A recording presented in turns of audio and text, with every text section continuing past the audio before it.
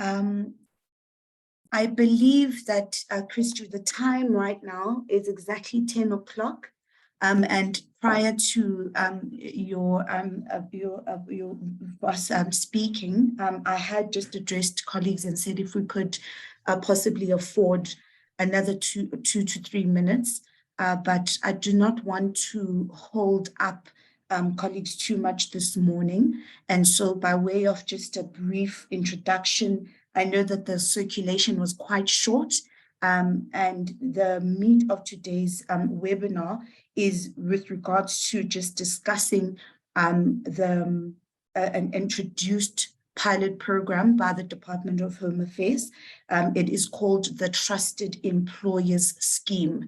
It is a pilot program that just came to our attention, and we believe that it would be of huge benefit to our members. And so, Mr. van der Rede, I'd like to give you the floor, if you would, for us to just start the webinar as is, and any colleagues that maybe join us within that time period, during the time that the webinar is continuing. Thank you, Tuli. Colleagues, good morning to all of you. I would like to introduce Zahida this morning, or the webinar. She is a director of a law firm, Zahida Ebrahim, INC, and she was previously an executive in the dispute resolution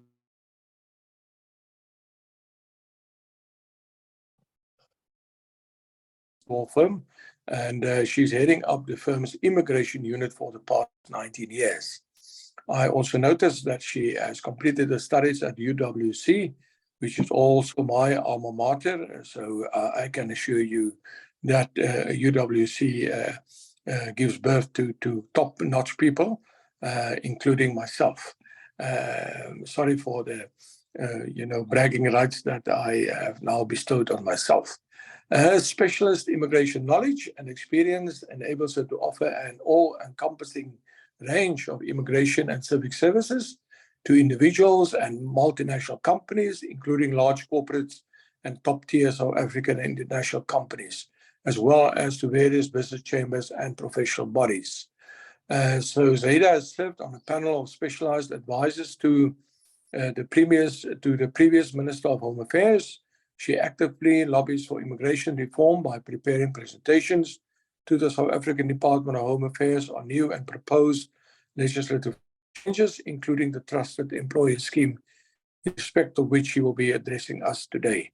So Zahida, welcome, and I trust that our members will find your webinar or your insights insightful, and perhaps there's also other questions that are on our mind, especially when it comes to the new immigration bill, also the whole issue around the permits and so forth, because the whole issue of labor obviously is very, very important for the agriculture sector, and we need to manage it in the most professional and most ethical way possible, and we need to comply with the law, and perhaps that's where you can also provide necessary assistance.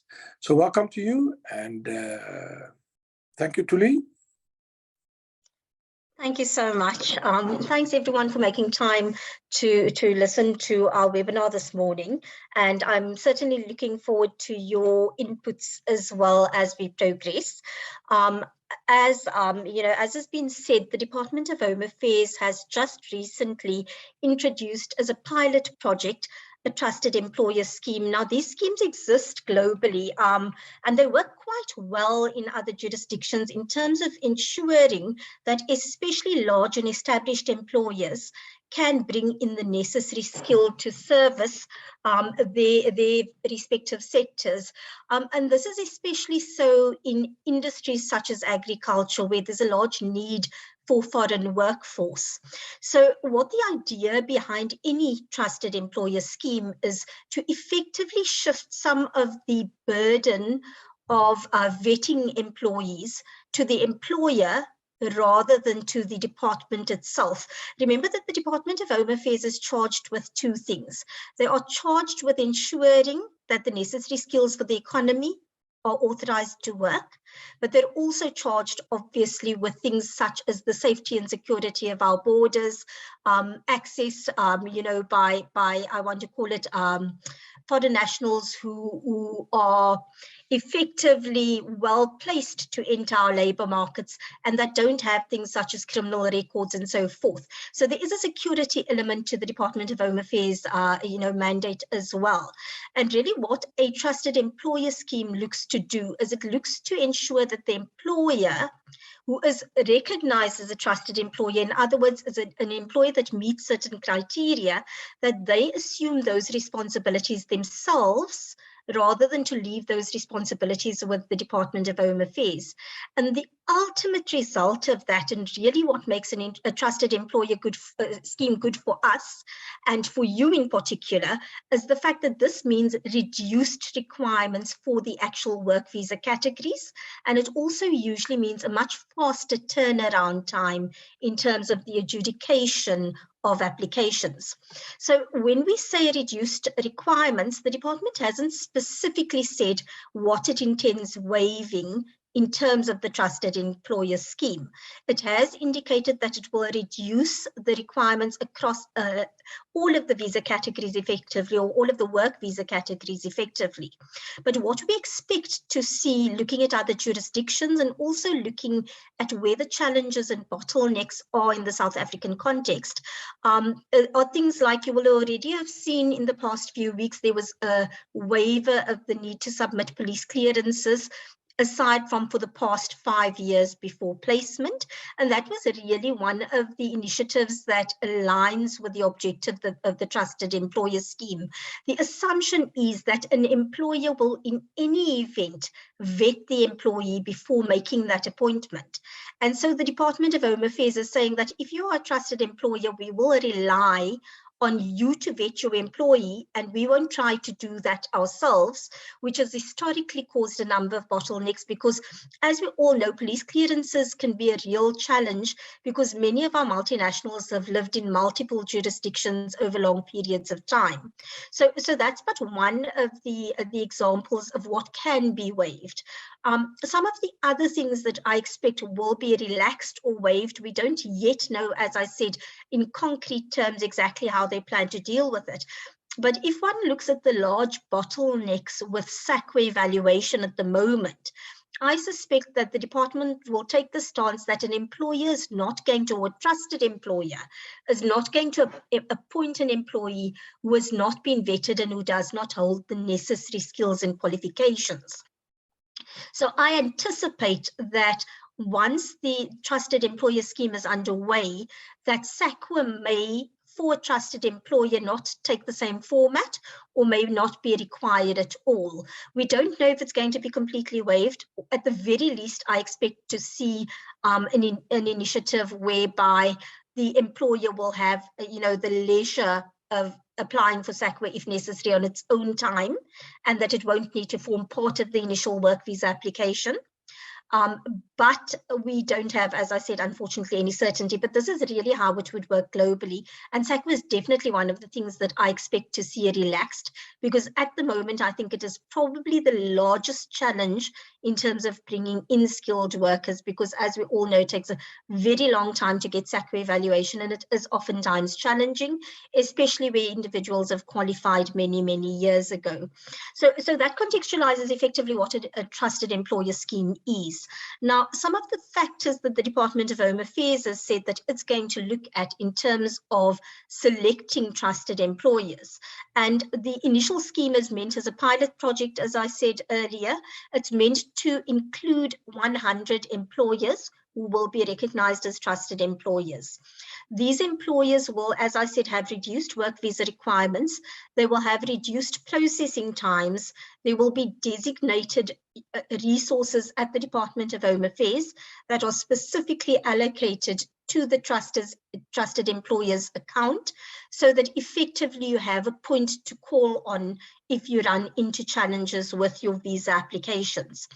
And really what we expect to see in terms of the selection criteria for this, the one thing that has been emphasized, and really the point of origin for the trusted employer scheme, is that employers who have invested in South Africa, so if you look at the origin of the scheme, at the Invest SA Summit, the president actually introduced, I don't want to say the concept of the scheme, but certainly the beginnings of the thought process around the trusted employer scheme.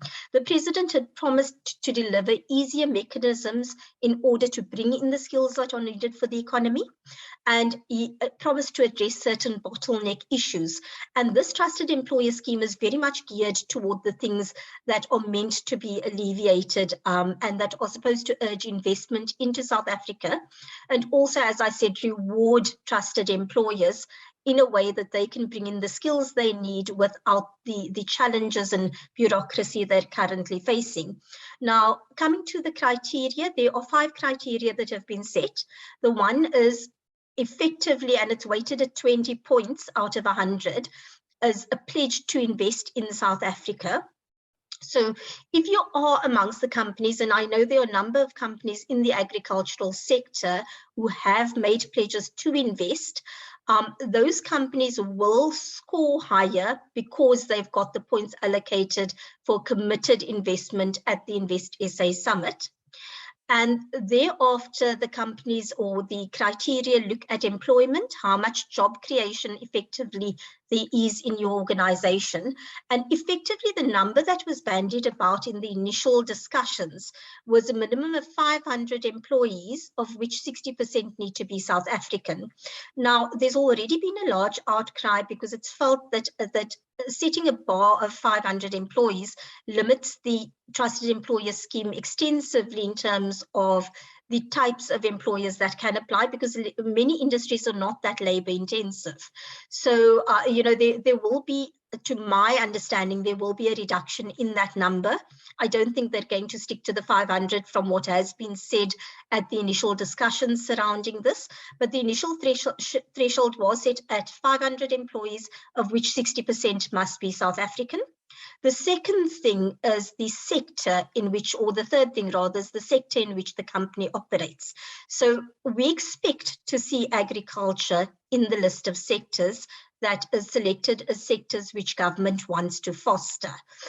We don't as yet, again, we don't have concrete information, because all of this will be published, or the invitation to participate or to apply to participate in the employer scheme will effectively be, published in the Government Gazette in the coming weeks. The department had initially indicated that publication will take place in early May. However, we've now been invited to give feedback on the proposed scheme until the 18th of May. So I don't suspect that we're going to see any publication before at least the 18th of May or the week thereafter. But it is intended to unroll in May, and so I expect that that publication will take place before the end of May. And effectively what that publication in the Government Gazette will do, it will open for applications to the trusted employer schemes for a period of 30 days. So you would have 30 days in which to file an application to become recognized as a trusted employer. I've already been through the first 3 criteria, which, as I said, is the investment in South Africa, the employment of a certain number of South Africans and certain staff in general, the sector in which you operate, of which we expect to see agriculture as one of the selected sectors. Now, the important thing to note here is that the Department of Trade and Industry and Competition is actually at this point gathering the information to determine which industries they are going to punt for inclusion in the trusted employer scheme. And so it's quite important as an industry to effectively engage with the Department of Trade and Industry and Competition to ensure that, that agriculture is recognized as one of those industries that are going to be fostered. The next, selection criteria effectively is the enterprise size. And what they mean by enterprise size is twofold. They look at the number or head count of employees, and they also look at the annual turnover of the organization. There have been a number of questions around how they're going to assess that, because many organizations don't comprise of one entity within South Africa. So you might, for example, have a manufacturing division, you may have a production line somewhere, as I said, and then you may also have, other legs to the business that are not as focused on manpower, and that don't require the same amounts of manpower that a manufacturing industry might require. So there is negotiation underway with the Department of Home Affairs to ensure that companies will be recognized in their totality, including various divisions within South Africa, various sort of, I want to call it not subsidiary, but perhaps sister companies, to ensure that the organization, as I said, is recognized in terms of its total contribution to the South African economy, rather than to look at one entity that may not in and of itself meet the various criteria. So those are effectively the selection criteria that the department has set. And as you can see, it's really geared toward establishing, firstly, a firm commitment to the South African economy and its growth. And really, the way they've set the selection criteria is to award companies that are already contributing and that have committed and pledged to contribute going forward, not only in terms of economic contribution, but also in terms of workforce skills and so forth, which brings me really to the last criteria, which is effectively skills development. There are 10 of the 100 points are allocated for skills development initiatives. Now, the one important thing about this that differentiates it, for example, from the skills transfer plan that is currently required in terms of the intercompany transfer, is that it doesn't look at direct person-to-person skill transfer.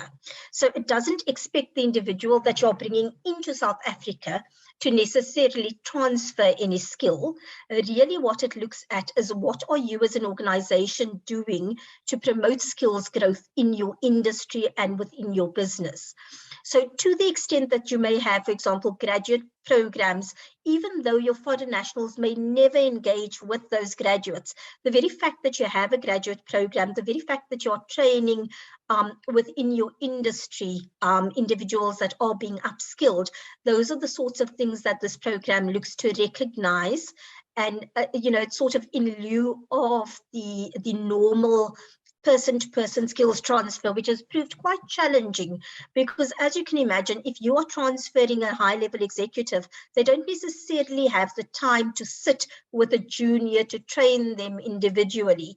And so the idea is that as long as the organization in its totality is contributing to skills growth in the economy, that there should be a recognition of that and not such an emphasis on that individual skills transfer.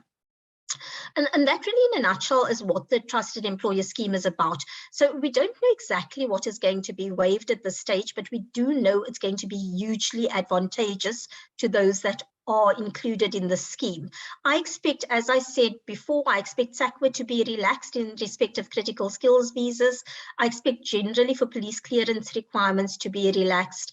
I also expect that in terms of intracompany transfer, that the individual person-to-person skills transfer will not be required so long as skills transfer within the organization can be shown.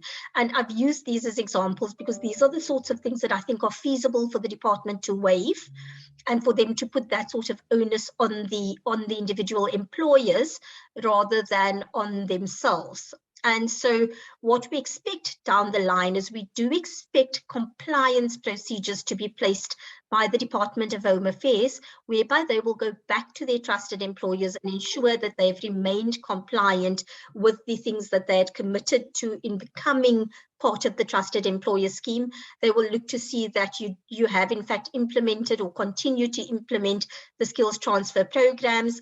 They will possibly look back, and I mean, we don't know yet what it's going to look like in terms of educational verification and criminal record checks, but presumably they will look back to see that you have complied with those sorts of checks in some way, shape or form. that is satisfactory and that meets necessary standards with regard to the individuals that are placed through this program. The one thing they have said is that that non-compliance with any of the follow-up procedures, non-compliance with any of the compliance aspects really can lead to your being ejected from the scheme. And also, and as is currently the case, you obviously would be, for non-compliance, you would be subject to various penalties. Those penalties already exist in terms of the Immigration Act. So you would continue to be liable to fines, to prosecution and so forth. But that's nothing new, because really it forms part of our immigration law at the moment. So that's quite important, though, to note that obviously there will be long-term compliance. So it's quite important when you're implementing your own internal structure for applications through the system to ensure that there is a point person that is aware of the compliance protocols that need to be followed, and that there's a proper process in place to ensure adherence to those protocols so that you can show compliance down the line. So those are really the important things about the program itself. I think the important things to note in terms of, the requirements for application. The requirements are all really geared to establishing the fact that this is a recognized employer in South Africa, that they can be trusted by virtue of the fact that the anticipation is that recognized employers, established employers, employers with a certain minimum turnover, certain minimum headcount, are going to look for compliance in general themselves. And therefore, the program automatically excludes very small enterprises. When I say that they're not going to give this to, in all likelihood, they're not going to include a small enterprise in any of the trusted employer schemes, because obviously it does open the scheme then on some level to abuse. So I expect that this will really be based on medium to large enterprises. And I think the associated revenue levels they're going to look at are certainly going to be in compliance with what is set for medium to large enterprises, which I believe starts at about 35 million and over. So those are just a few, as I said, of the things that they will look to prove. And they're going to look at compliance aspect. They're going to look for employers who are already compliant. So they're going to look for your tax compliance. They're going to look towards your employee benefits compliance. Are you registered for UIF? Are you registered with CoE? Are you registered with SARS? All of that sort of thing. And beyond that, they're then going to look for motivation as to why you should be included. And that will look at the criteria such as the sector, the head count, the employment initiatives you are engaged in, the training you're engaged in, and so forth. But I think in a nutshell, that's really it from me on the tertiary employer scheme.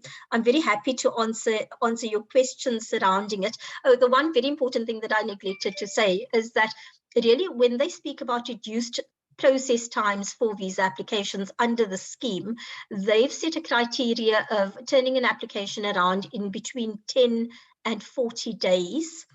And there's absolutely no defined parameters for this, but that's really the service level that they're looking at, that no one's going to have to wait beyond 40 days for a visa outcome at any point in terms of the trusted employer scheme. And I have already said that the trusted employers will have designated resources, apologies, for the applications. So I'm very happy to answer any questions that you may have.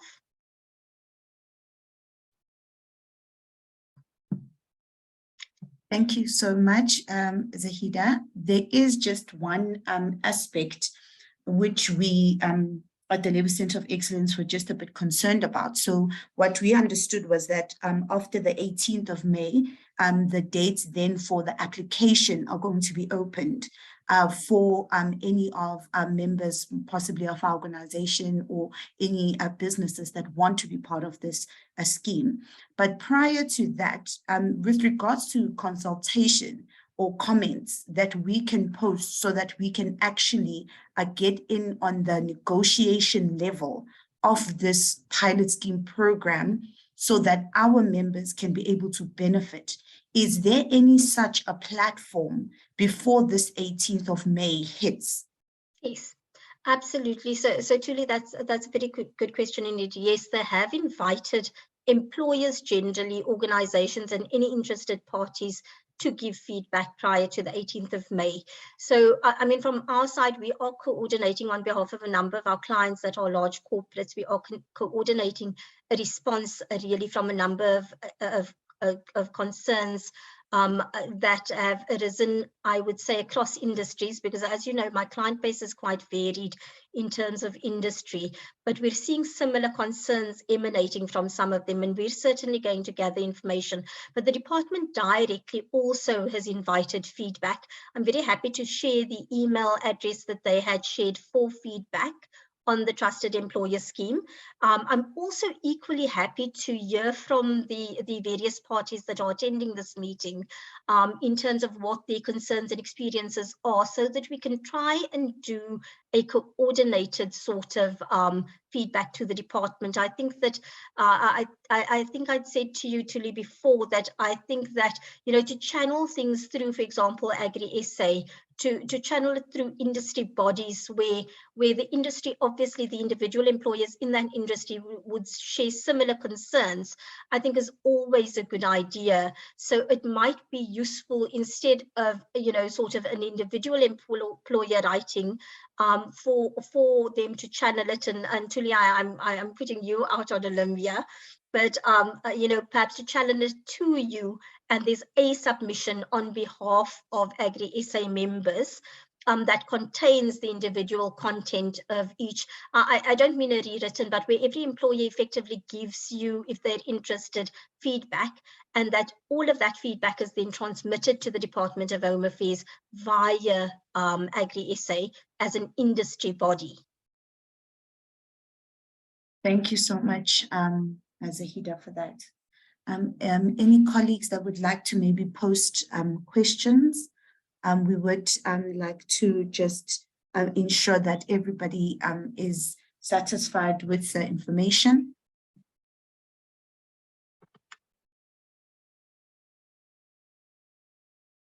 All right.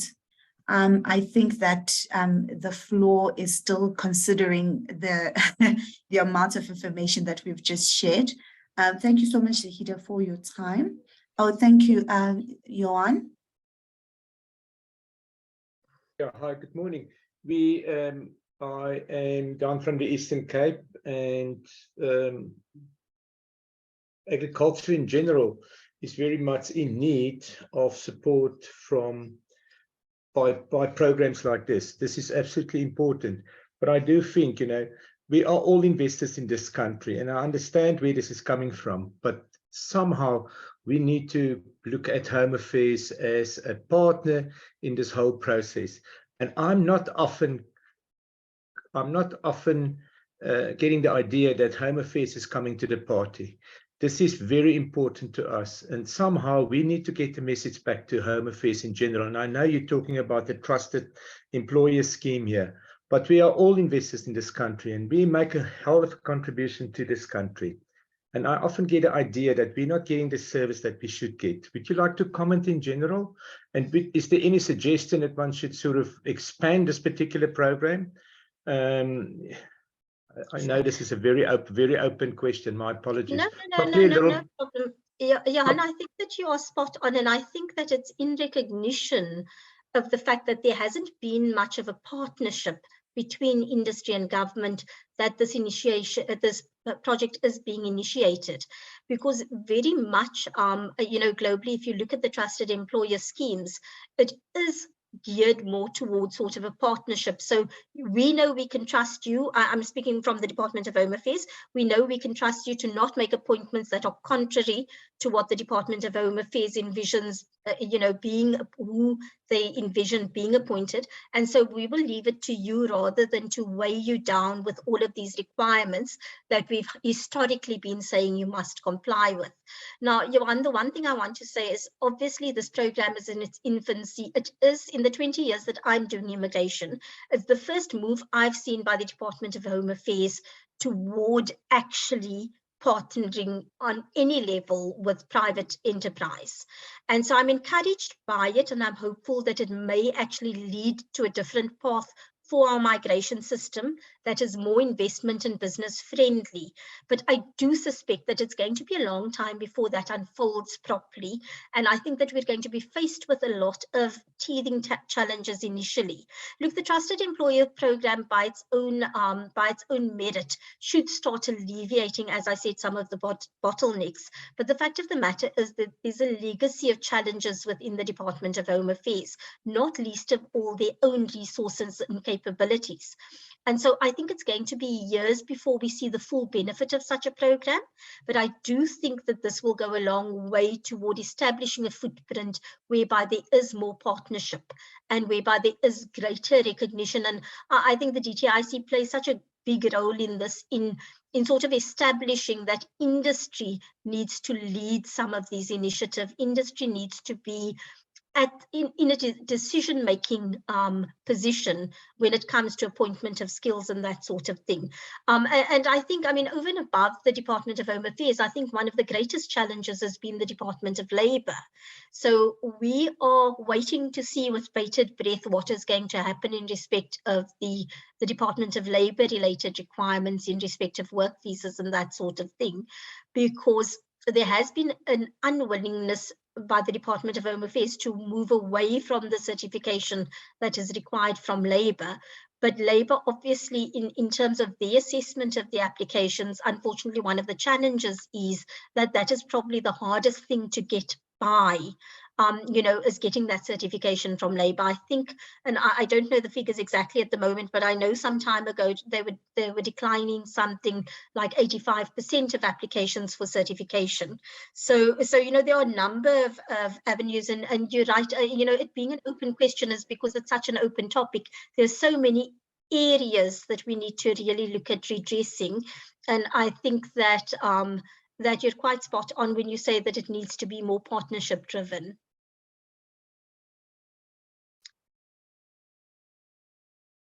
Thank you so much, Zahida. Gilles, would you like to take the floor? Thank you, Tuli. Thank you, Ms. Abraham, for a very informative presentation.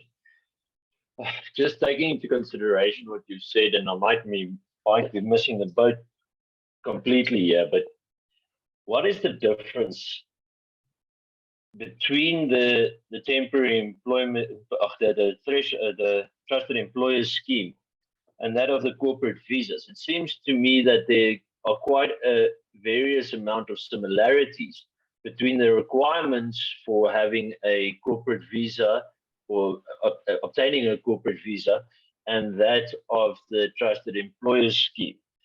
Noting, for example, just the turnaround time of 10 to 40 days being not that much different than the 3 to 6 weeks that is proposed on the Department of Labour's website with regards to the corporate visa applications. Noting with regards to, for example, the 60% requirement of employing South Africans and the transfer of skills. So it seems as if the predominance of the difference, or the difference for me in this trusted employer scheme is basically the request of an investment. So why would we have our members obtain this trusted employers scheme, or why would they then qualify if they don't even qualify for the corporate visas at this stage, especially taking into consideration this investment of a 500 million threshold? Thank you. Sure. So I think that I need to perhaps clarify. It is completely separate to the corporate visa. So what a trusted employer is, it's an employer who has been recognized, where the department says, okay, we trust you to employ the individuals you think are necessary. There are going to be certain minimum criteria you need to meet, but for example, you don't need to file police clearances for them because we trust that you as the employer are going to make sure that you're not employing criminals. Or we're going to say that we don't need you to file SACWE evaluation certificates because we know as a trusted employer, you're not going to employ people that are not actually qualified for the roles in which you're employing them. So it's really a recognition of the employer to be the decision maker. Whereas with a corporate visa, all of the onus is still rest within the Department of Home Affairs to vet firstly. So they ask for police clearances because they want to satisfy themselves that the person is not a criminal. They want to see the educational qualifications. They want to effectively decide what level of qualification you can employ at. So they will tell you what NQF level a person must meet. Whereas with a trusted employer, that falls to you as the employer to decide. So if you have, for example, I mean, we often have this where we have CEOs that have been in industry for 40 years, but don't necessarily have high levels of tertiary education. And so the trusted employer scheme will allow the employer to make that decision. Yes, the person may need to meet minimum qualification thresholds, but they're not necessarily going to have to meet a particular SACWE NQF level or something of the sort. As I said, that it's not yet clearly put out exactly what is going to be waived, but the difference between a corporate visa, you've got to comply with each of the things. You've got to give SACWE, you've got to give, you've got to get past the Department of Labour. Whereas what the trusted employer scheme does is it says, if you are a trusted employer and you want to get a corporate visa, then you don't need to give us all of the requirements for a corporate visa. You need to give us A, B, and C. You don't need to give us, for example, SACWE. You don't need to give us a police check or whatever the case may be, because we trust you as an employer that you will do your own vetting of the employee. So what the corporate or the trusted employer scheme does, it reduces the overall burden on the employer in terms of the individual visa categories, including the corporate visa. So a trusted employer will need to show less compliance. When I say show less compliance, I don't mean they don't have to show compliance, but they need to meet less criteria. They need to submit less documents than a non-trusted employer. Does that clarify, Gilles? Yes, it's just that it just still seems that there will be no joy for the agricultural sector. Can I ask why you say that? My apologies. I just want to understand where your underlying concern is, because I'm quite excited that they're introducing this trusted employer, just by benefit of the knowledge that I have of how it works in other countries. I actually think that it will be hugely advantageous to your sector. As I said, I don't expect it's just going to suddenly open doors, because obviously everything turns very slowly in South Africa. But the mere introduction of the trusted employer scheme and a recognition that employers should be, should be better armed in terms of decision making for their business, to me is encouraging. It's better than what we've seen in the past 20 years.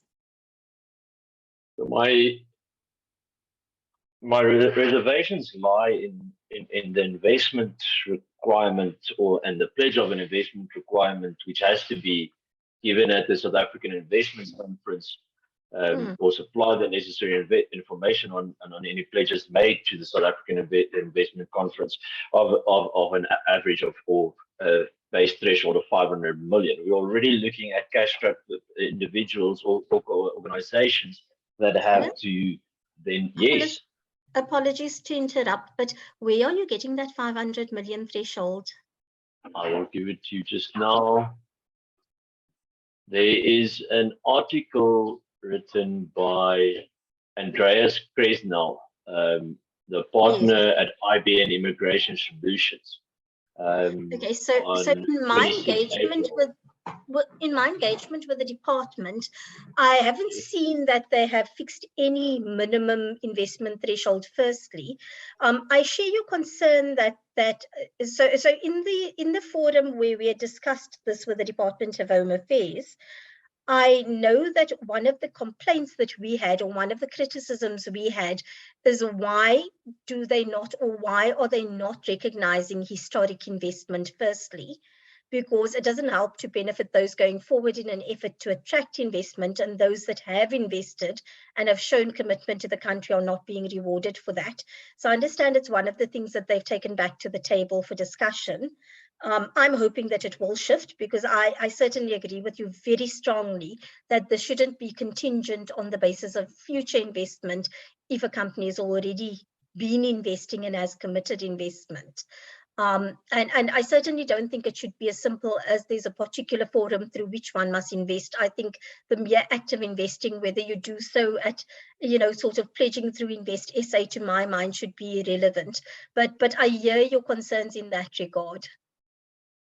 Yeah, so just basically on that point is just one of the various concerns, or one of the big concerns that I have. And the second concern is the fact that we are looking at the agricultural industry at a minimum of 500 local employees. So let's say, okay, we established the 500 employees, then there's going to be very, very little of it caters then for the large commercial farmers, but not for those turning the day-to-day and putting the day-to-day bread on the table. So it completely places us into a position of, and even further extends the concerns regarding food security if we do not, so it doesn't address those concerns. So yeah, just based on that, I don't think that we will necessarily have the joy from this in the agricultural sector.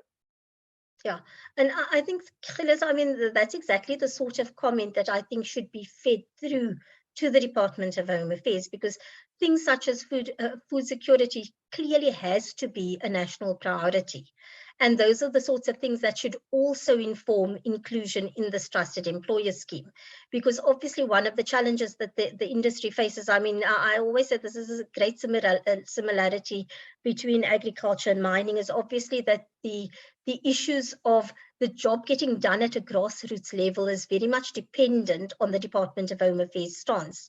And you're quite correct when you say that that food security is directly correlated with how successful you're going to be or otherwise in terms of getting the skills that you need. And I think that that's a very important point to make, not only as as an individual employer within the industry, but through Agri SA and other forums. Yeah, most definitely. Sorry, Tilly, just one last question, Ebrahim. Based on what is the likelihood of the agricultural sector being considered to be a national priority or of strategic importance to the DTIC? And what would be the benefits of being classified as that? What would be our reduced requirements, if any, if we form part of that priority or strategic importance? So, as I said, you will remember that I said earlier on that I think it's quite important that you lobby as, as a group, as a sector, for inclusion in that list, because the only way to be recognized as a trusted employer and get these reduced work visa requirements, to get some autonomy for your companies to decide who they're going to employ and how, the only way to do that really is to get that recognition. And I definitely think that lobbying the DTIC, even aside from the feedback you can give to the Department of Home Affairs, I think at this stage it is necessary to approach the DTIC and to try and get their support, because effectively they are compiling the list of who these or which sectors are going to form part of the scheme. And to my mind, something like food security, on its own, there's no other sector that's really going to contribute to food security. And it's important that that be tabled with the DTIC well before the 18th, so that they have this feedback and so that they are recognizing you on effectively forming part of the scheme. Thank you very much, ma'am. Thank you, Gilles. Johan, if you may take the floor. Yeah, guys, I'm just sort of thinking that we can always ask Zahida to come back at some other stage, probably on a broader topic and a broader discussion regarding certain issues. We can always make that time available within the Centre of Excellence for Labour. If Zahida would be happy to sort of tackle some of the issues and maybe provide us with some guidance in terms of taking certain issues further. Yes, it is so that within the Centre of Excellence for Labour, we are battling with very, very serious issues, and that we're not always in a position to provide our members with some direct answers to all the issues on the table. So I would like to suggest that if Zahida is available, if she's prepared, that she do come back at some stage for a further and follow-up discussion. Sure. That would be great from my side. Julie, I'll leave it to you to answer that without putting you on the spot. Thank you so much, Johan. Johan? I'm listening, yes. Thank you. Johan, I'd like for your suggestion on that. As Zahida, that is my chairman from the Center Level of Excellence, Johan Vecha. He would then advise me when the best time would be. Johan, I will just then speak with you offline on what you would like the arrangements to look like, and then we could possibly take this forward. And there was a question as well that just came through from Deirdre. She asked whether or not this selection of a trusted employer would be based on a critical skills list. So it's just adding to what you were just speaking on, Johan, that there's so many aspects to this. It's such a meaty topic.